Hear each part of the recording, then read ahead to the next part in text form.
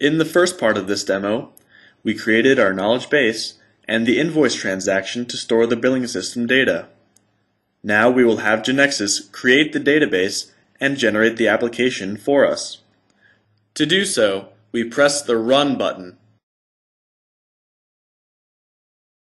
We will give a name to our database,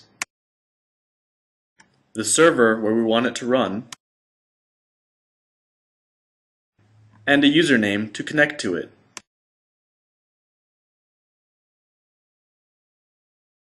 Now, Genexus shows us an impact analysis of what we have done on the database and asks for our authorization to create it. If we take a closer look at the report, here it indicates that it will create an invoice table corresponding to the invoice header and an invoice detail table where the invoice detail lines will be stored. Genexus even shows us the SQL sentence that it will use in the process. To continue, we press Create. Genexus starts by creating the programs that generate the database structure. Next, it executes them in a process called reorganization. During the specification, it verifies the model's objects and shows the result in a navigation report. Lastly, it writes the source code in the programming language that we have selected and compiles it and executes the application. Here, we can see the application running. Note that since it is a web page, the browser was opened by default. Genexus executes the developer menu with a link to the invoice transaction that we had created. We will enter an invoice. We leave the identifier empty because it is auto-numbered. We select today's date and the client, John Smith. John wants to purchase 3 mouses at $10 each. Note that the line total and the invoice total were automatically calculated with no need to refresh the page. Genexus accomplishes this using AJAX technology. In this case, the formulas were calculated at the local or client level without sending any data to the web server. Let's enter a second invoice line.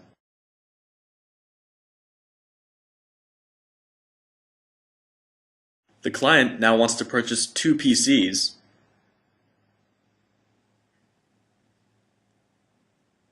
so we confirm the invoice. Through this selection icon, we can see that we've just entered an invoice with today's date for John Smith. We may also use the navigation buttons to see the invoice that we have entered. Now, let's suppose that we show this to the person in charge of invoicing, and he likes it very much. However, he would like the system to always suggest today's date instead of having to enter the invoice date, because he always makes invoices with the current date. In addition, the system should not let him enter a product line with 0 product quantity. This business rule mentioned by the customer can be added to the transaction object by programming this behavior in a declarative way. Let's go to the IDE to do this. We return to Genexus, and in the rule selector of the invoice transaction, we will add the first rule to give it a default value to the date. We write the default rule, or we can also select it here from the snippets or sample code.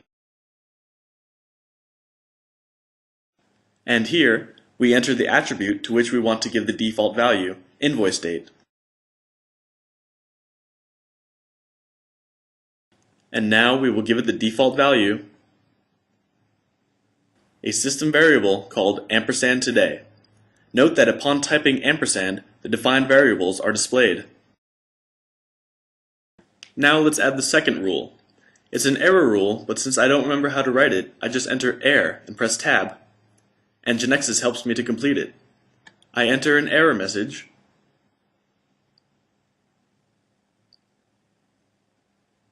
that says the product quantity is empty, only when the product quantity, invoice detail quantity, is empty. Note that I never define when these rules should be executed. In fact, Genexus determines the right moment when they should be triggered. Let's execute to apply these changes. And in this way, Genexus generates the application, including these rules that we've just entered. Let's enter another invoice. Again, the ID is not important. Note that it suggested today's date, and I can always change it if I want to.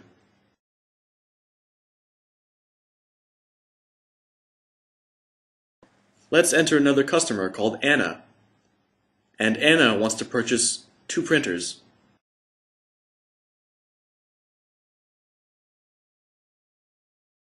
That cost $50.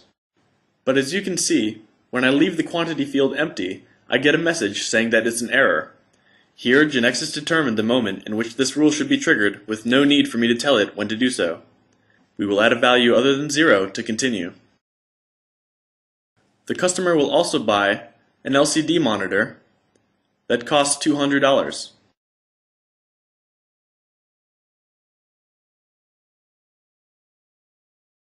We confirm. Note that the data was saved in the database, and thus we can see the invoices entered so far. Very good. The person in charge of invoicing was very satisfied with our changes, and starts to enter invoices. However, other people in the company tell us that they use a product catalog and a client catalog. So, the idea would be to enter the customers and products in different screens, and then choose at the moment of making the invoice. To do so, we will go to the IDE and see it in the next video.